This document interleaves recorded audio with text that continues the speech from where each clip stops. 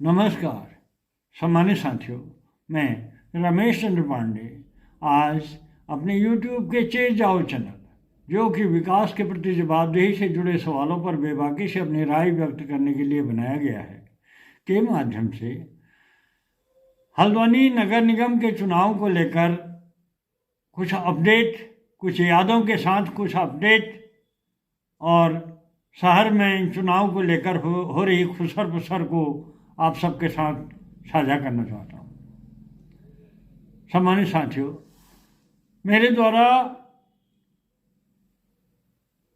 नगर निगम हल्द्वानी के चुनाव के पहले दिन मेयर के पद पर हुए पहले दिन पहले नामांकन के रूप में दीपचंद पांडे द्वारा किए गए नामांकन का कवरेज आपके साथ साझा किया था और उसके बाद नामांकन दाखिल करने की अंतिम तिथि को रणप्रीत सिंह निर्दलीय प्रत्याशी के रूप में 12वें प्रत्याशी द्वारा जो नामांकन दाखिल किया था, कुल 12 प्रत्याशियों के नामांकन की कवरेज आपके साथ शेयर की थी।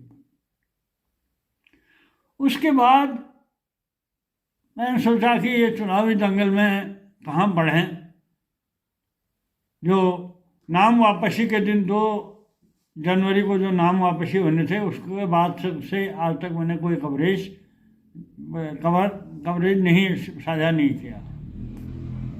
लेकिन आज जो मैंने हल्दी बो रखी थी, उसको हल्दी को खोदते कुछ जो इस बीच 2 तारीख के बाद से इस बीच शहर में जो भी इकाई चुनाव को लेकर लोगों के बीच में जो भी खुसर पुसर बातचीत हुई और खुसर पुसर जो लोगों के बीच रही, उस सब का चिंतन मंथन करते हुए जैसे ही मैं हल्दी को खोदते जा रहा था, तो हल्दी को खोदते पूरे क्यारी मेरी खुद गई, हल्दी निकल गई खूब। लेकिन मेरे दिलो दिमाग में पूरा हल्दी को खोदते इस निकाय चुनाव को लेकर जो कुछ भी ख्यालात आए और एक साल की इस शहर में जो 1 साल की यादों के साथ के बाद जो ये निकाय चुनाव हो रहे हैं, उसको लेकर मन में आया कि कुछ अपडेट आपके साथ साझा करूं। दरअसल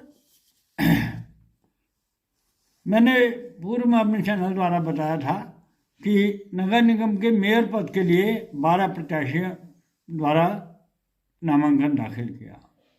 उसके बाद 2 जनवरी को 2 प्रत्याशियों के द्वारा अपने नाम वापस लिए गए। 2 प्रत्याशियों में नाम वापस लेने वालों में एक तो समाजवादी पार्टी से शोएब अहमद और दूसरा निर्दलीय प्रत्याशी के रूप में रुपेंद्र नागर, इन 2 लोगों ने नाम वापस लिए थे। इन 2 लोगों के नाम वापस लिए जाने के बाद कुल 10 कैंडिडेट चुनावी मैदान में मौजूदा समय में मैदान में हैं। इन 10 प्रत्याशियों में गजराज सिंह बिष्ट बीजेपी, ललित जोशी कांग्रेस, शिव गणेश बसपा, मोहन कांडपाल यूकेडी, भुवन पांडे निर्दलीय, दीपचंद पांडे निर्दलीय, रणप्रीत सिंह निर्दलीय, मनोज कुमार मनु निर्दलीय और नवीन चंद निर्दलीय, यानी कि 6 प्रत्याशी निर्दलीय के रूप में चुनावी मैदान में हैं और जबकि 4 प्रत्याशी पार्टी से जुड़े हैं। हल्द्वानी के इस चुनावी दंगल में, इसकी पृष्ठभूमि में अगर हम देखें तो नगर पालिका से नगर निगम में कन्वर्ट होने के बाद 2013 में पहली बार नगर निगम का चुनाव हुआ था और नगर निगम के चुनाव जो हुआ था उसको लेकर ये बैकग्राउंड को इसलिए साझा करना चाह रहा हूँ कि 2 तारीख को जो नाम वापसी हुई, जिनमें एक शोएब अहमद और रुपैन नगर, शोएब अहमद के नाम वापसी को लेकर ये बैकग्राउंड देने जा रहा हूँ। बनभूलपुरा क्षेत्र से इस मुख्य रूप से समाजवादी पार्टी बनभूलपुरा क्षेत्र से बहुत मजबूत स्थिति में रहती आई है। तो इसका बैकग्राउंड को इस तरह से भी समझते हैं कि 2013 में जब नगर निगम का चुनाव हुआ था तो सपा समाजवादी पार्टी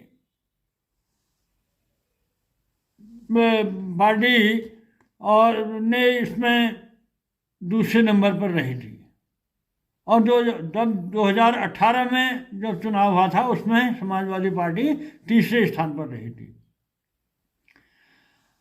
अब 2013 में पहली बार जब चुनाव हुए थे तो उस समय समाजवादी पार्टी से के प्रत्याशी के रूप में अब्दुल मतीन सिद्दीकी को 20,614 मत हासिल हुए थे और वे दूसरे नंबर पर आए थे। तो इसी प्रकार 2018 में जब चुनाव हुए थे, 2018 में समाजवादी पार्टी से शोएब ने चुनाव लड़ा था और उन्हें 9,234 मत मिले थे। लेकिन बनभूलपुरा क्षेत्र से जो समाजवादी पार्टी की स्थिति, जो मजबूत स्थिति रही, उससे कांग्रेस के लिए वो हानिकारक सिद्ध रही। इससे पूर्व जो नगर निगम के चुनाव हुए थे उसमें कांग्रेस प्रत्याशी के रूप में सुमित हृदय थे और उनके हार के पीछे मुख्य वजह समाजवादी पार्टी के शोएब रहे थे। तो अब इस बार भी जब शोएब ने नामांकन दाखिल किया तो ये माना जा रहा था कि ये कांग्रेस के लिए खतरे की घंटी है इस बार भी।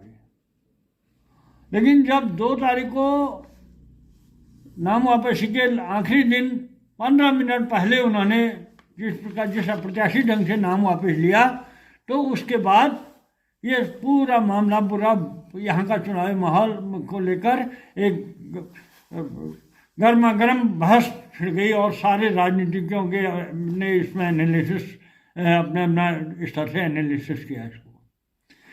इस एनालिसिस में यही पाया कि जैसे बनभूलपुरा व आसपास के मुस्लिम बाहुल्य जो 14 वार्ड हैं उनमें इस बार मतदाताओं की संख्या 45,762 पहुंच चुकी है और इन क्षेत्रों के वोट सपा को मिलते आए हैं और जिससे कांग्रेस को सीधे तौर पर नुकसान होता रहा है।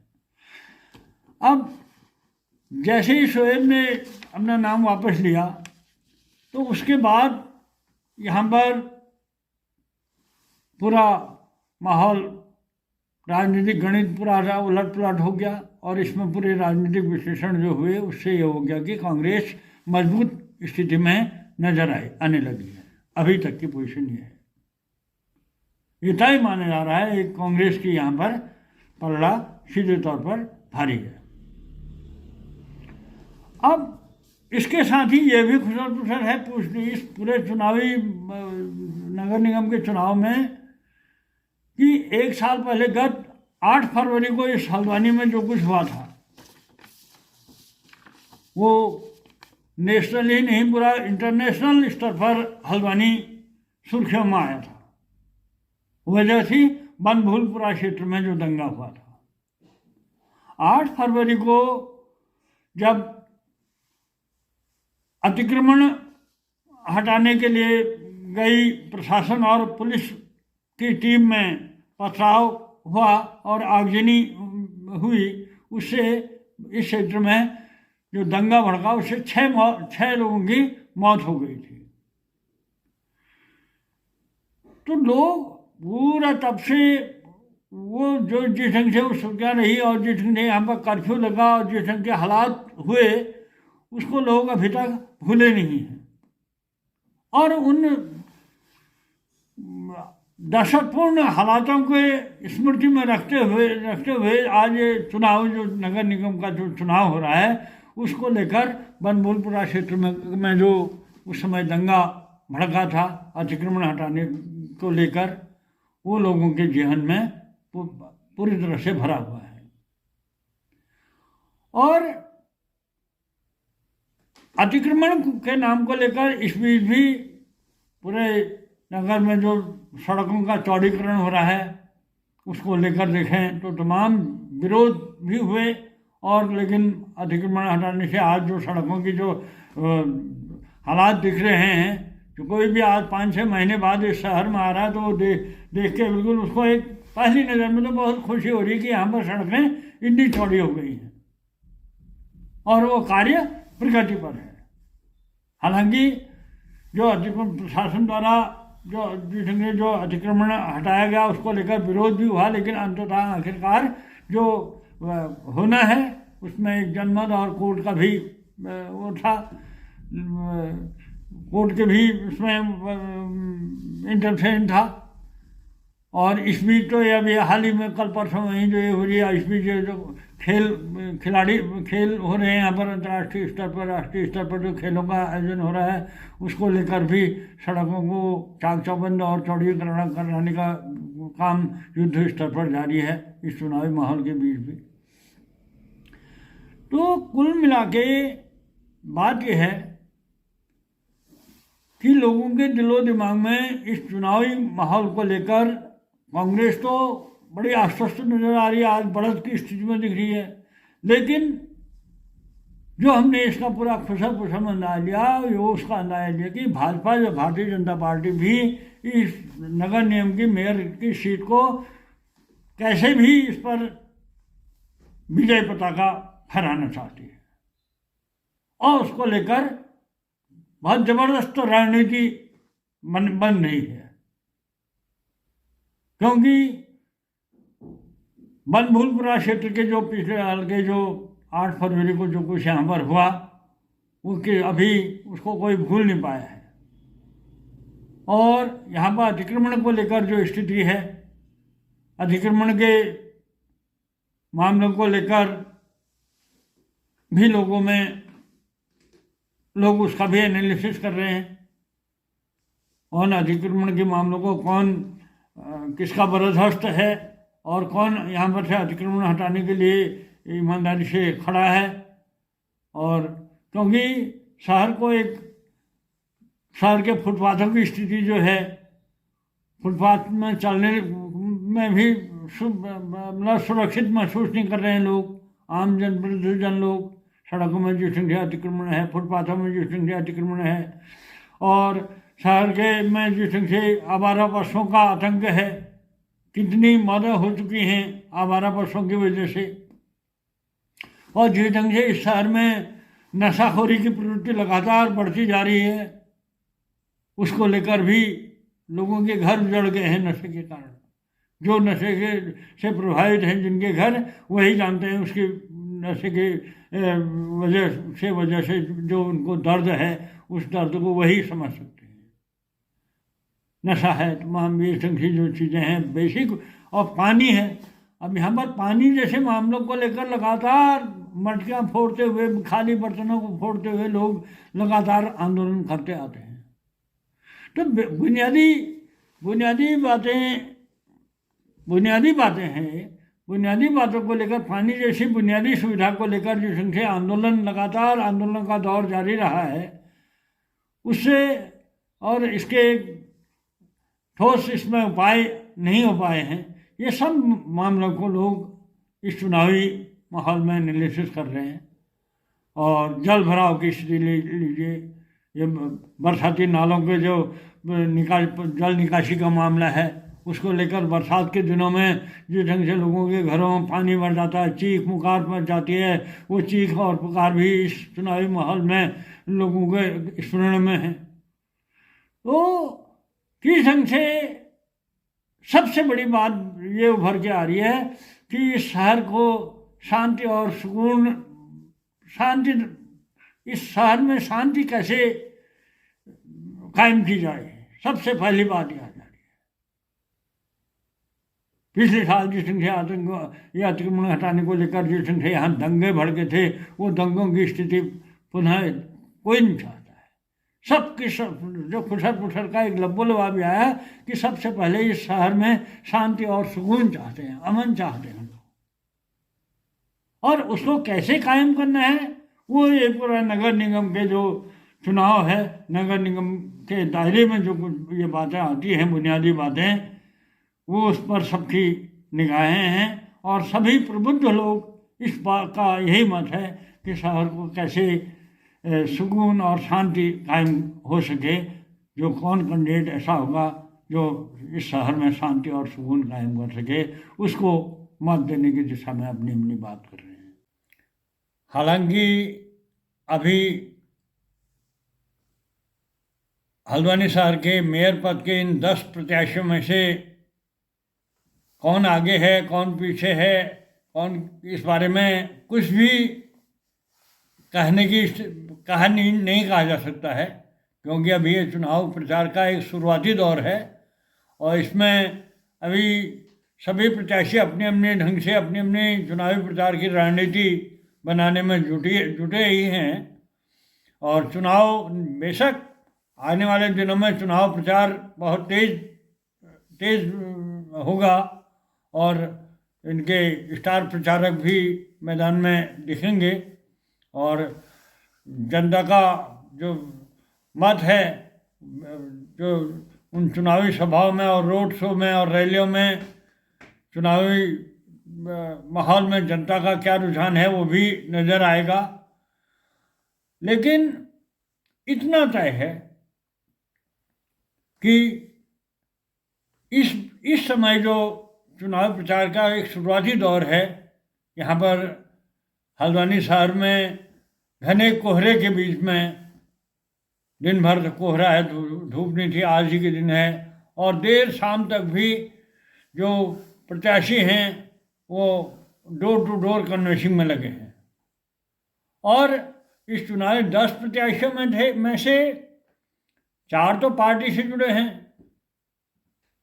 भाजपा, कांग्रेस, बसपा और यूकेडी के हैं, और 6 निर्दलीय हैं।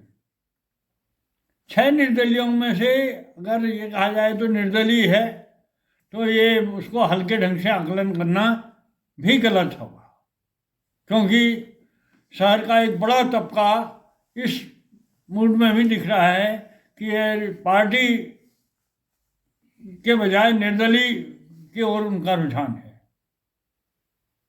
अब और निर्दलियों में भी सब अपने अपने स्तर से लगे हैं। आज ऐसे एक निर्दलीय प्रत्याशी के जो देर रात दिन भर की चुनाव प्रचार के बाद शाम को अलाव सगड़ जलाते हुए जो उनके अपने समर्थकों के साथ जिस ढंग से उनकी रोज़ की दिन भर की समीक्षा हो रही है और अगले दिन की रणनीति तय हो रही है, ऐसी एक सभा में मैंने भी शिरकत करी। तो वहाँ पर कम से कम 10-15-20 लोगों आग सेकते हुए प्रबुद्ध लोगों का मत यही था कि इस शहर में शांति और सुकून कायम करना सबसे बड़ी प्राथमिकता है। आम प्रबुद्ध लोगों का जो मत आ रहा है वो उसका निष्कर्ष के रूप में यहाँ पर भी इस बात को पर भी जोड़ दिया गया। और आगे देखते हैं इसमें आगे क्या डेवलपमेंट रहेगा, उसकी एक समीक्षा आप सबके बीच साझा करने की कोशिश रहेगी अपने चेत जाओ चैनल की ओर से। और तब तक आपसे गुजारिश है कि मेरे चेत जाओ चैनल को लाइक, सब्सक्राइब और शेयर करते रहें। साथ ही इस चुनावी समीक्षा में आप अपने कमेंट भी ज़रूर हमारे साथ साझा करेंगे, ताकि एक जनमत का आकलन हम सही ढंग से कर सकें। इसी के साथ आपसे पुनः गुजारिश है कि मेरे चेत जाओ चैनल को लाइक, सब्सक्राइब और शेयर करते रहें। धन्यवाद। बोलने में नहीं दिखता मैं, लेकिन डॉक्टर में बोलता है।